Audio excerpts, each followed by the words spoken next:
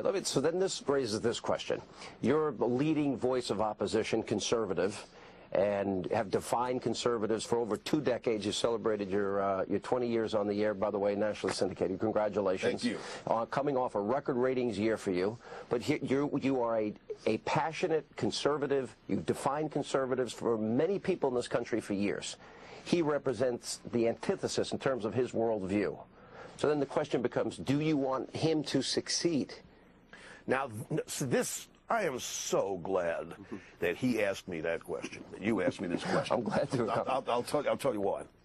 I am hearing many Republicans say that very thing. Well, we want him to succeed. Prominent Republicans, yes, we want it. They have laid down. They're drinking the Kool-Aid too.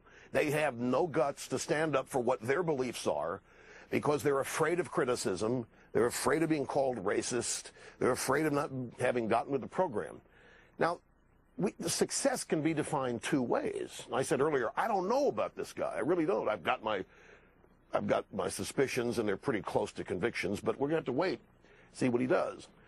Now, if he turns out to be a Reagan, if he adds Reagan to his recipe of FDR and Lincoln, and if he does cut some taxes, if he does not eliminate the Bush tax cuts, I would call that success. So, yeah, I would hope he would succeed if he acts like Reagan. But if he's going to do FDR, if he's going to do the New Deal all over, which we will call here the raw deal, why would I want him to succeed? Go back. Look, he's my president. The fact that he is historic is irrelevant to me now. That matters not at all. If he is going to implement a far-left agenda, look, I think it's already decided, $2 trillion in stimulus, the growth of government. I think the intent here is to create as many dependent Americans as possible, looking to government for their hope and salvation. If he gets nationalized health care, I mean, it's over, Sean.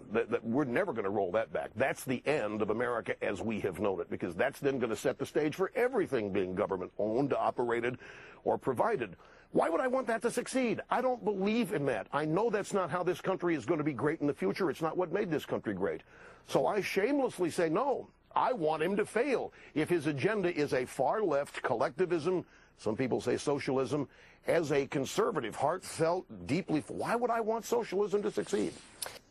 You want your country to succeed, and you believe that his views implemented represent a failure, predictable failure. And conservatism would represent predictable success. Well, I don't know where what he wants to try has worked. It didn't work in the Soviet Union. It doesn't work in China. They're having to become like us in China in order to survive. It hasn't worked in Cuba. It hasn't worked. It didn't work when the Pilgrims arrived. They tried socialism. Everybody had a plot of ground. They shared what they produced. And the slackers figured out they didn't have to produce anything to get goodies. And so William Bradford said, well, the heck with this. And he said, okay, you get to keep everything you produce, and you're not sharing it.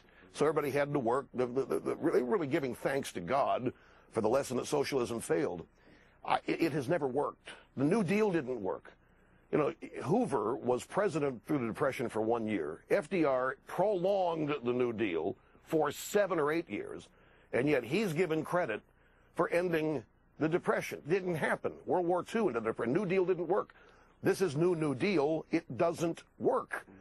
If it works, it will be the first time that it works, but it never has, and I don't think this is going to be the record breaker. So I'm guessing you didn't get your Obama commemorative dinner plates rush. It's gotten so bad. Did you notice they had the commemorative Obama thong? I mean, what do you make of the, you talked about a cult-like personality, or you use the term Messiah, the anointed one. He descended from the heavens at Invesco Field. What do you make of this Obama worship syndrome, Obama mania? Well, it is cult-like, depending on the people you're talking about. But let's examine the drive-bys, the media. But you got to explain drive-by. Maybe 1 or 2 people have not heard you. The drive-by media, it's as simple as drive-by shooter, except the microphones are the guns. And they drive into groups of people. They report a bunch of totally wrong, libelous stuff about people. They create a giant mess. Sometimes people get really harmed. They go out and try to destroy people's careers. Then they get in a convertible, head on down the road, and do it all over again, while people like you and me are left to clean up the mess with the truth. So I call them the drive-by media. Right. While they are praising Obama at that Grant Park acceptance night, or out in Denver, when he accepted the nomination. I listened to John Meekum and somebody else at Newsweek say, you know, this is creepy. It's creepy. It's like he ascends after the speech and watches us watching him. They call him creepy for a few brief moments, but yet at the same time, he's the second coming. Charlie Rose and Tom Brokaw, one night on Charlie Rose's show, I think in preparation for the fact that they don't know what he's going to do either, got into a long discussion about how neither one of them know him. Well, I don't know who he is, Tom said. I don't know what books he's read. I really don't know who his role models are. But Charlie Rose is echoing the same sentiment. I'm shouting at the TV, Tom, you're at NBC. Dispatch a reporter. That's your job. Find out who he is. They didn't. They only cared. See, Sean, they've got an investment. He's too big to fail. They wanted him elected because they wanted to reassert their power, the media here, in being able to sway public opinion to the result that they wanted. So it didn't. They were going to cover up the Jeremiah Wright and all these things that give indication of radicalism in Obama. Cover that up. Portray him as he wants to be portrayed, somebody who's not to be questioned, somebody who's not to be doubted. We're just supposed to accept and trust, because most of these guys came alive and came of age in the civil rights battles of the 60s. It defines who they are. They've trained the young drive-bys to look at events through the same prism. You know, racism in this country is the exclusive province of the left. We're witnessing racism all this week that led up to the inauguration. We are being told that we have to hope he succeeds, that we have to bend over, grab the ankles, bend over forward, backward, whichever, because his father was black, because this is the first black president. We've got to accept this. The racism that everybody thinks exists on our side of the aisle has been on full display throughout their primary campaign. So I think they've done a great job, the media has, of covering up his deficiencies. He's too big to fail, and so whatever goes wrong, blame it on Bush, blame it on, I mean, MSNBC's New Life will be criticizing you and me, because they can't criticize him. Well, what you're really saying here is you're in the, I want America to succeed. I want the right policies for America. It's not about the Messiah or the anointed one or any one individual. Any wrong-handed policies that's going to take America off a course of success, which is what we've been on. And this is something you've talked about for years: individual responsibility, liberty, freedom. You know, we all have choices in America. It's the antithesis of where we're headed. Yeah, and the freedom is important to understand in the founding of our country, that it's individual, not group. You're exactly right.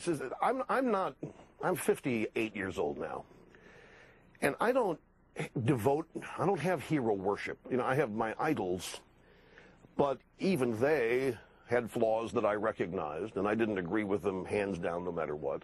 But I'm not into hero worship.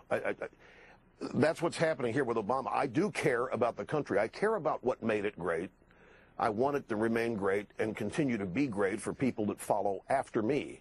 Nephews and nieces. I don't have any kids, but you know, we inherited a country with a great opportunity for ourselves.